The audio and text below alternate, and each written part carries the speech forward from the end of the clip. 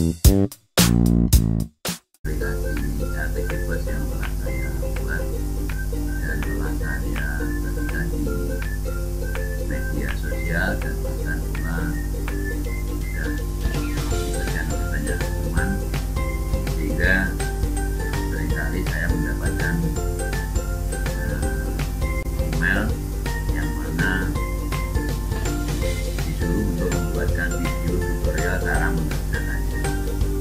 Perlu diketahui Bapak Ibu semuanya bahwa RPG Pos yang saya buat ini itu terdiri dari menu utama yang seperti ini.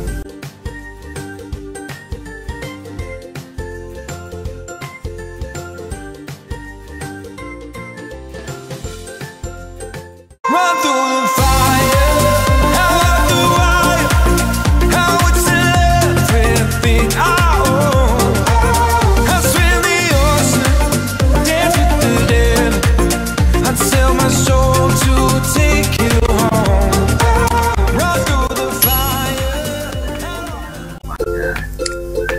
Ini adalah perusahaan, kemudian adalah K7 ini mengacu pada Permendagri, kemudian ini format K7A, kemudian K7B, ini adalah K7C, ini 144 belanja, ini juga belanja yang terdiri dari pegawai, dana jasa, dan belanja modal. Kemudian ini adalah berita acara yang biasanya ini digunakan untuk pencairan dana bos. Kemudian adalah ini honor, ini bisa dipakai bisa tidak. Kemudian ini data kwitansi, dan yang terakhir adalah cetak kwitansi. Baik, kita mulai dari data yang pertama. Kita isi masing-masing data, ini saya kira tidak ada masalah. Apabila selesai, maka dari keseluruhan data yang dimasukkan pada menu data utama ini akan secara otomatis masuk pada masing-masing pelaporan yang nantinya akan di print out. Selain itu juga data dari pertanggungjawaban ini khususnya ini tinggal memilih, artinya bahwa karena bos itu disalurkan sebetulnya adalah tahap 1, 2, dan 3, namun terkadang karena permintaan dari dinas daerah sehingga ini sengaja saya buat, dan ini tidak pengaruh pada hal-hal yang lain. Kemudian untuk tanggal atau hari, ini adalah tanggal sesuai pada saat Bapak Ibu semuanya menyusun pelaporan. Jadi tinggal memilih dengan cara klik panah yang kecil yang ada ini, atau sering disebut dengan drop down. Kemudian bulan ini juga tinggal memilih, kemudian tahun ini juga tinggal memilih, dan ini LPG ini bisa dipakai sampai dengan tahun 2025 kalau memang tidak ada perubahan lagi tentang petunjuknya. Kemudian hari ini berfungsi pada saat kita membuat berita acara, sehingga hanya tinggal memilih hari yang disesuaikan dengan tanggal. Misalnya tanggal 30 itu hari apa, kemudian bulan apa, dan tahun berapa. Saya kira tidak ada masalah. Kemudian ini diabaikan saja karena ini sudah terisi secara otomatis. Kemudian yang BKU ini yang paling amat sangat diperhatikan adalah kode B, kemudian BT ini artinya adalah buku tunai. Kemudian BB ini artinya adalah buku bank. Kemudian BP itu artinya buku pajak. Bapak Ibu yang saya hormati, dengan adanya kode ini maka transaksi yang ditulis di sini Nah, di sini ini secara otomatis akan masuk pada kode-kode ini. Jadi kalau misalnya ini ternyata di sini adalah tertulis BT, maka nantinya data ini itu akan masuk ke buku kas tunai atau buku pembantu kas. Ini yang kode ini. Kemudian tanggal ini tidak ada masalah. Kemudian kode ini kita ambilkan dari sheet K7.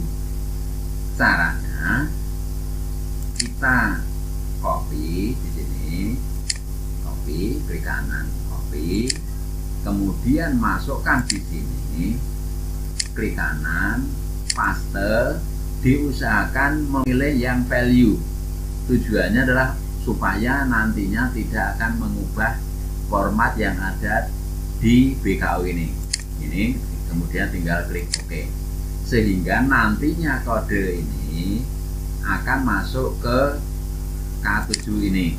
Nah, contohnya ini. Jadi kalau misalnya di sini ternyata ini saya kembalikan lagi, sebentar, maka di sini ini akan kosong. Ini berlaku untuk yang kode ini. Kemudian bukti ini artinya ini nantinya adalah sebagai bukti kwitansi yang nantinya masuk pada cetak kwitansi. Nah, maksudnya adalah di sini. Di sini dah rumusnya ini. Tolong untuk rumus jangan dirusak karena untuk mempermudah Bapak Ibu mengerjakan. Saya kira ini tidak ada masalah. Jadi kalau misal begini, ini tertulis BT, ternyata ini saya tulis BB. Nah, perhatikan. Nah, maka di tunai, di sini tidak ada, dan ini sudah saya kunci. Nah, ini sudah saya kunci. Nah, setelah kita kembalikan lagi, misalnya, nah tertulis BT lagi, maka di sini akan tertulis. Ini untuk yang BKU. Kemudian ini terus sampai selesai, sampai dengan transaksi yang dilakukan. Dan apabila telah selesai, maka bagian-bagian yang kosong seperti ini bisa di hidden atau dengan cara seperti ini. Nah, di blok secara keseluruhan. Nah, ini kemudian klik kanan, kemudian hit. Nah, maka akan tertulis seperti ini. Kemudian ini juga ini. Nah, di blok sampai di sini, klik kanan, kemudian hit. Nah, keistimewaan aplikasi ini adalah apabila dalam pembuatan pelaporan itu terdiri dari lebih dari satu halaman, maka bagian kop judul ini di halaman kedua secara otomatis apabila di print itu sudah akan kelihatan. Jadi meskipun apabila dilihat di sini itu tidak kelihatan, namun nantinya setelah di print akan kelihatan. Kemudian rumus di sini tujuannya adalah untuk mengetahui selisih antara BKU dengan catatan belanja yang lainnya. Jadi terdiri dari ini, uang saldo kas umum terdiri dari tunai, bank, dan pajak. Nah, pajak ini apabila memang belum dibayarkan pada saat terjadi transaksi belanja. Kemudian masuk ke kas tunai, prinsipnya sama. Prinsipnya sama karena ini sudah otomatis masuk dari BKU. Namun apabila di sini ada baris yang tidak terisi, ini di hidden lagi atau di hid lagi dengan cara seperti tadi. Ini meskipun ini saya kunci, namun ini tetap masih bisa di, nah seperti ini. Kemudian yang ini kosong, ini juga. Nah ini, nah, kita hit, akhirnya menjadi seperti ini.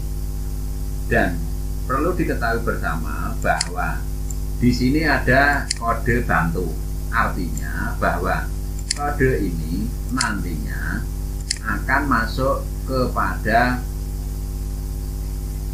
K7 ini, akan masuk di sini secara otomatis. Kemudian yang kode ini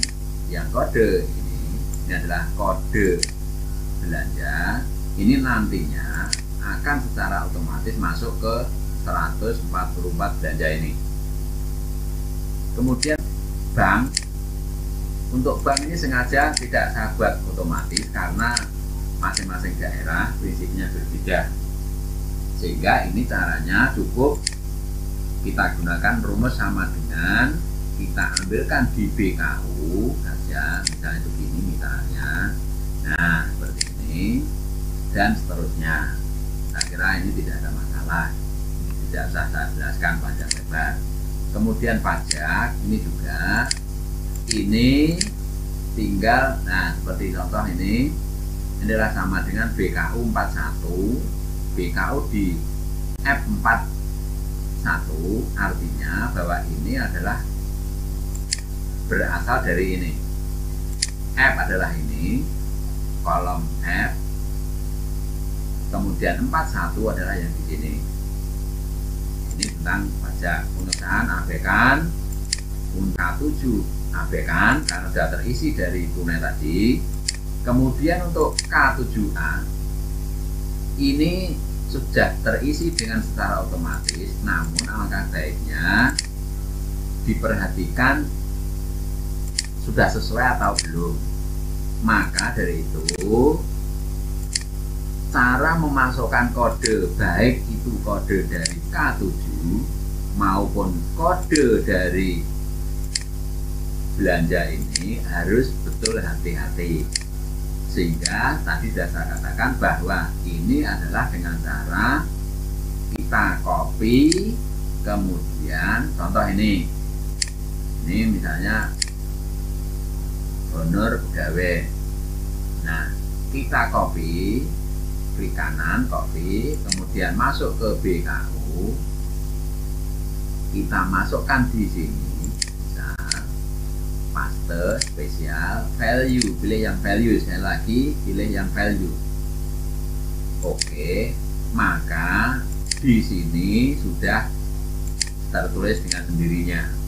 Contoh begini, ini misalnya saya hapus, kemudian yang ini juga saya hapus karena kodenya sama, maka di sini akan tidak ada transaksi karena kode tadi diambilkan dari sini.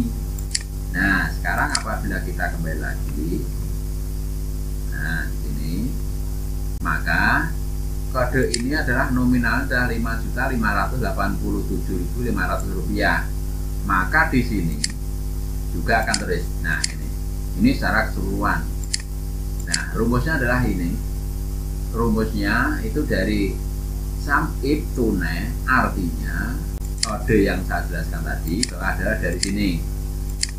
Jadi kode ini nantinya akan masuk di sini.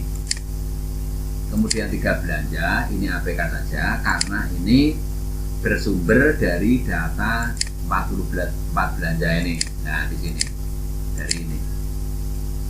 Kemudian berita acara ini tinggal menyesuaikan saja.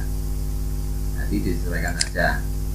Kemudian di sini ini bisa dipakai, bisa tidak. Kemudian khusus untuk yang ini adalah merupakan rumus baku, artinya saya menggunakan aplikasi kode script terbilang.